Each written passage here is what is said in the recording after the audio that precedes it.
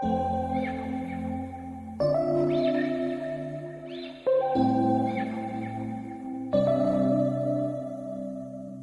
we met, I can tell by your smile. You hadn't been with a good girl like me in a while. Hi guys, welcome back to my channel. I just want to get a little comfortable, and today we're gonna have a very interesting topic. And today is Tuesday, and I want to talk about how do we select meaningful friendships. And I know most people don't walk around saying, you know what, I'm looking for this great friend. Most people walk around saying, I'm looking for this great boyfriend, or I'm looking for this great girlfriend, or I want this great husband, or I want this great wife. But no one really sits back and think about, I want to select the right, positive, caring, kind friendships in my life, right? And you need to be very selective of who you bring in and out of your life. You can't bring everybody in your life. Everyone who smiles at you and everyone who wants to be your friend can't be your friend. Because sometimes we may meet people and we may think these people have the best interests, and you can find yourself really hurt off of everybody that you bring into your life, right?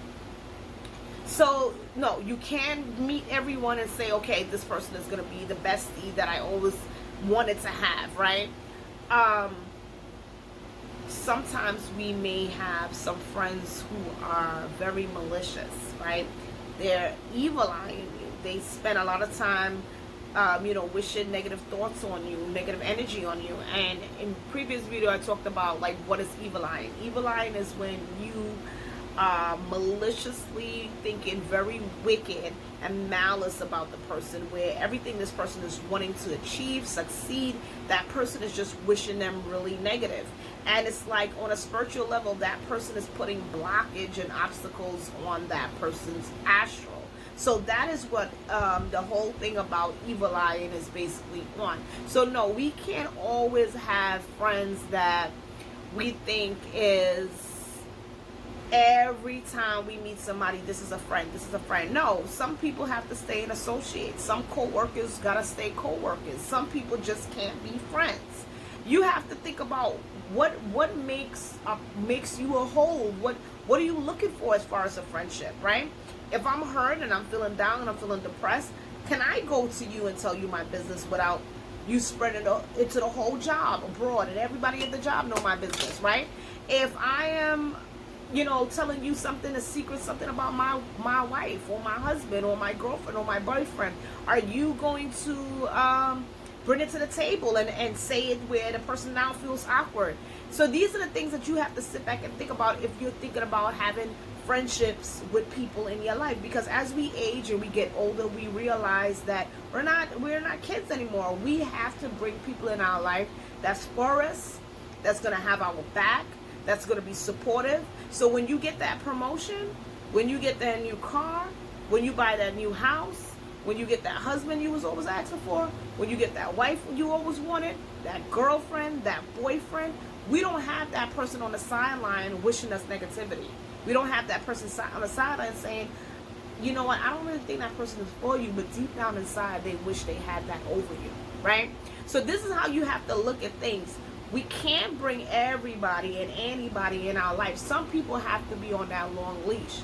And as you age and you get older, you start realizing that success brings you a lot of envy, right? Especially if you are on, if you were like the underdog, or you didn't have that success before, and then all of a sudden that the success is, you're just skyrocketing, right? Everything is falling into prospect. Everything that you always want is just happening for you. You can't always bring everybody and anybody, because there's times where you may have a friend for 20 years, and as you bought the first home that you have now, that person and you now have like a fallout, right? And you don't really know where the fallout is coming from. The fallout is really coming out from this secret envy that this person had for you. They didn't expect you to have it. They didn't expect for you to get it. So when you was not a competition, and when you was not on the level of achieving that, they didn't have a problem. The main idea, now you got that promotion, you got the new job.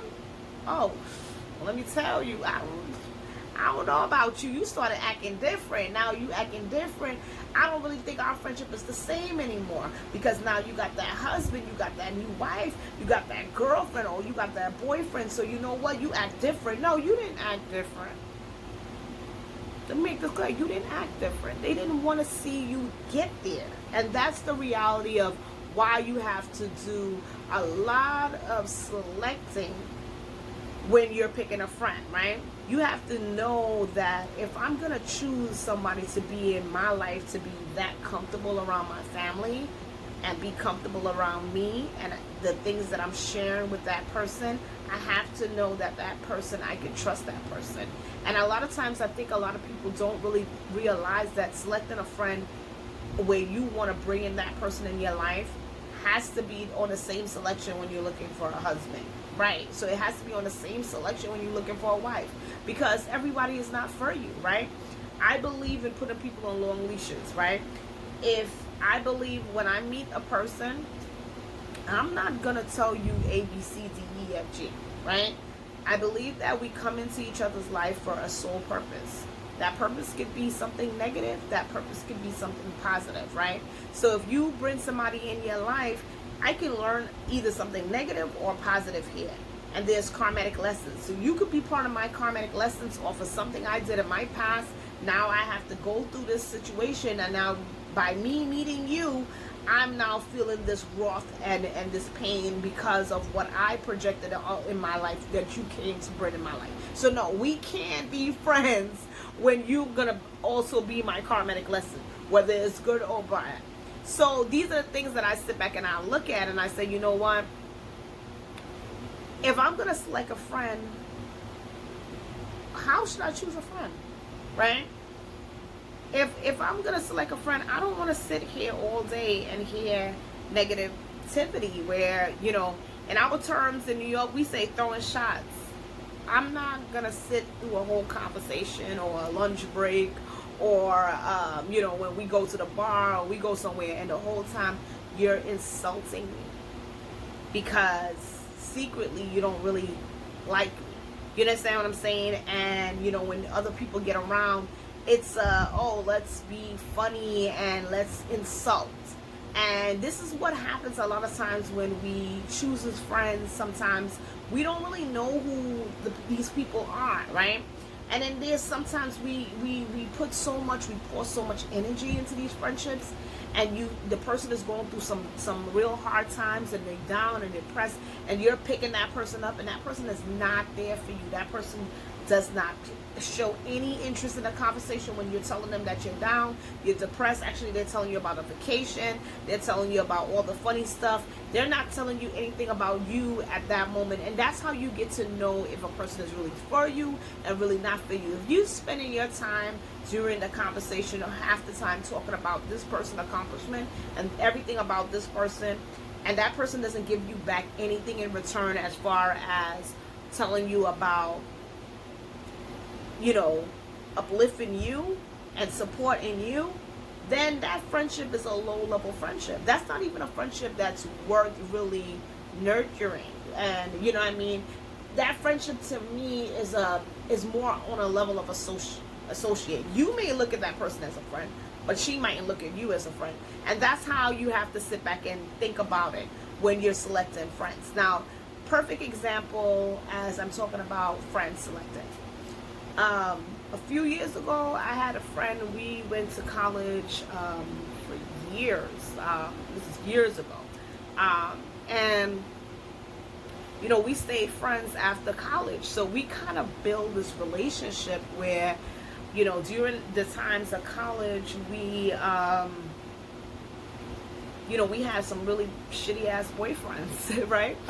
And we would open up to each other and really be there for each other. And it would be like this level of support. Like, I will feel like, you know, she's really there because she really understands what I'm going through.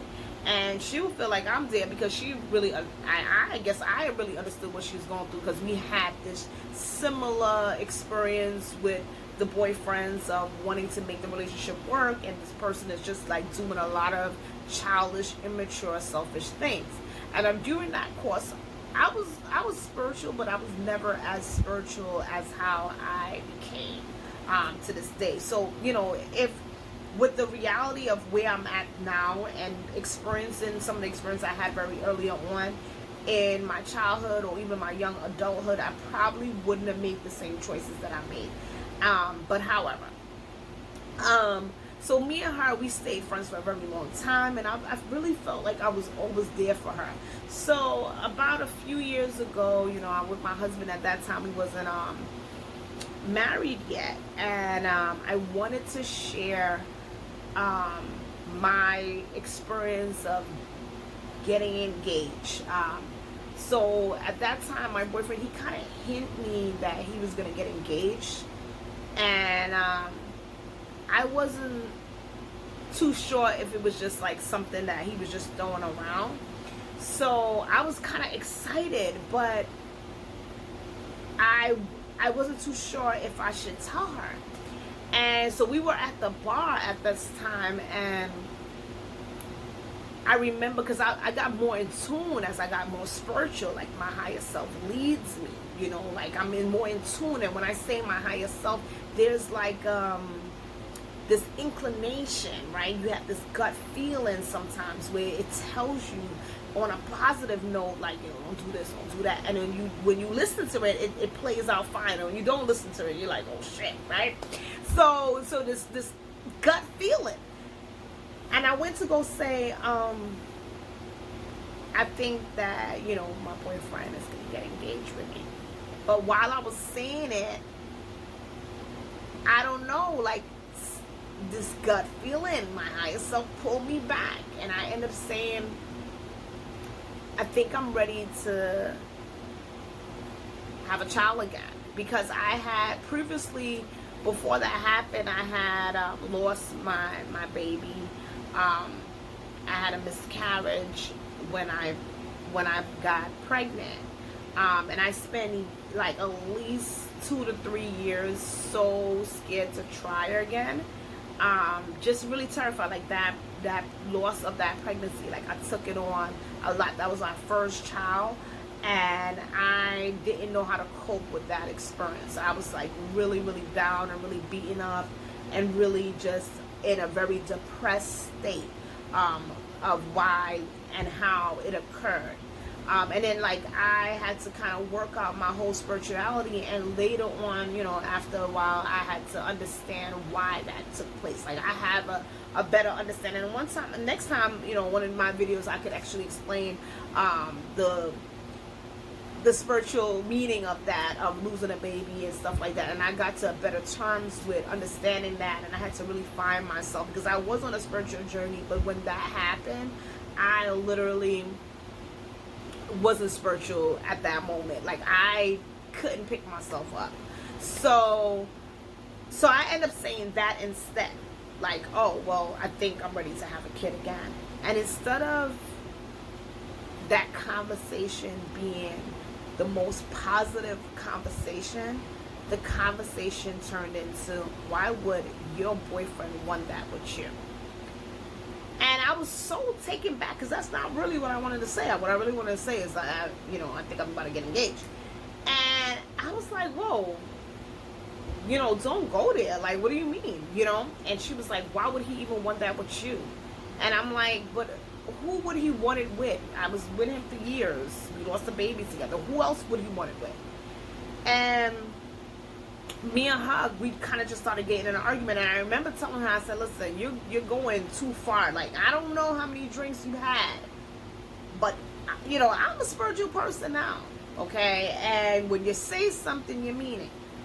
I'm not thinking in my head you're saying it because you got liquor courage and you're just drunk. You're saying it because you feel like it, you mean it, and, you know, you want to use the alcohol as a disguise the next day, but you really mean what you're saying. Even though when you drink and you are hosted, right, But I still believe this is something that she really felt, because, you know, when we first started friendship, and this is what I said again about being careful of who you bring into your life, we build a friendship on us always being down and depressed by our previous relationships. And when I met my boyfriend at that time, she never looked at the relationship as if it was going to go anywhere, because she had a relationship at that time and it wasn't going anywhere. So she was so used to us just keep going through these relationships and it's not going anywhere. So apparently me saying I'm thinking about having a baby again, trying again, she looked at it like, what are you trying again for? She doesn't have a kid and it didn't happen the first time, and why would he want that with you?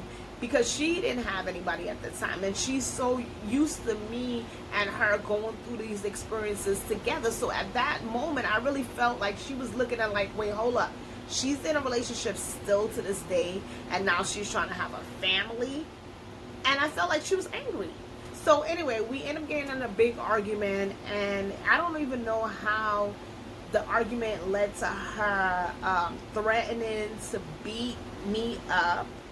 And you know what I did, because what I don't do is make a scene to the point where, you know, we're African American in this country, right? They everybody looks at us like we're ghetto, we this, we that, blah blah blah blah blah. Why am I gonna be fist fighting in a bar about my personal decision? So I was like, girl, bye. Like, you know, I'm leaving your ass right in the bar. Like, she was in the process of getting her food, and when I told those people, I said, wrap my stuff up to go. So she was cursing me out. She had her hand in a fist, and everybody at the bar is looking at us. And I was like, I'm not gonna end up on World Star and end up on social media where we're two ghetto girls fighting in the bar about what, my life. So I left her ass right there, and I got my food and I left, and I never looked back on that friendship. And it was like maybe a year later she contacted me, and the contact was so crazy because she contacted me and she said, you owe me an apology, and I ignored it. Then she contacted me again, and I ignored it. So then she contacted me again, and then I answered. And when me and her finally spoke, she was so upset that she invented her whole story of how this all went down and how I made such a big change, that since I met this guy, and I was already with this guy for like 5-6 years when all this already occurred. And I'm like, so if you felt like I made this big change, what does that have to do with you wanting to fight me in a bar because I told you that I'm ready to start a family? And I didn't really tell you what I really wanted to tell you, which was I was going to engage. So what I did was I actually told her, you know, I got married, and that really hurt her even more. And just to show you how people really are not for you sometimes. And I said this from the beginning. Some people are just not for you. When I said, listen, I'm married now. You know, I'm in a different space in my life. She was like, well, I'm happy for you and your engagement. I said, girl, I am married. I am not engaged, boo. I'm a married woman. So what I tell you is sometimes we go through life and we do not select friendships. And sometimes it's okay. It's okay to walk away from the friendship that you felt that you had for 10 years plus.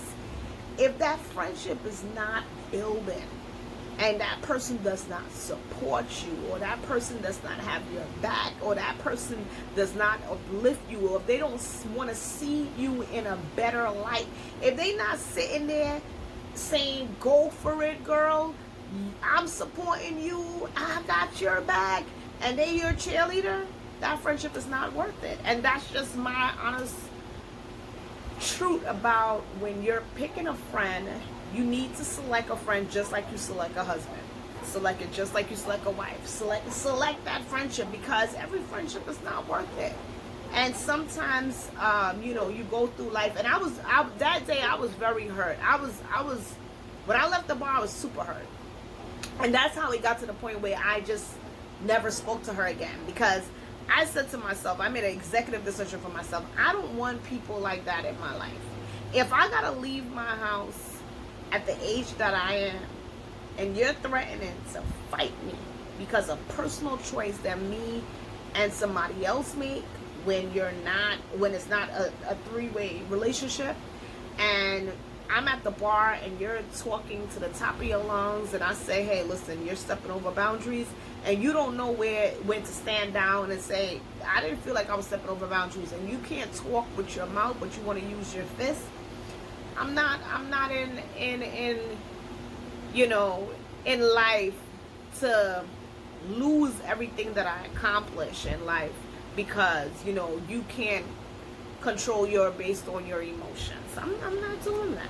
You know what I mean? So, no, me and her is not friends to this day. And when I said put them on a long leash, man, I cut that leash. She's gone with the wind, and I'm fabulous. So, yeah, that's how you end that. So when we are choosing friends, we want to keep in mind what type of aura they have, what kind of energy they have, what they bring to your life, how they support you. You can't be in a friendship where you're finding yourself always uplifting.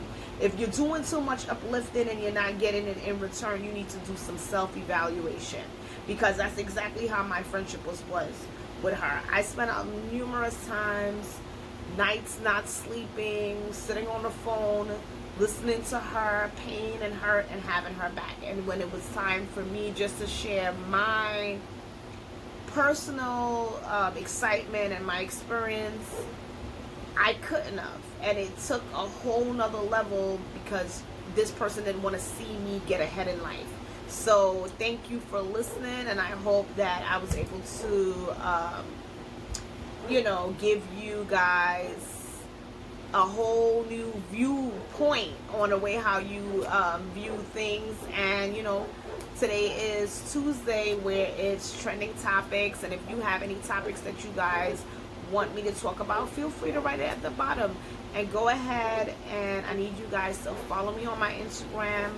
It's Panio Star on Instagram, and Panio Star LC on Facebook. Hit a thumbs up, subscribe to this channel, and thank you again for watching.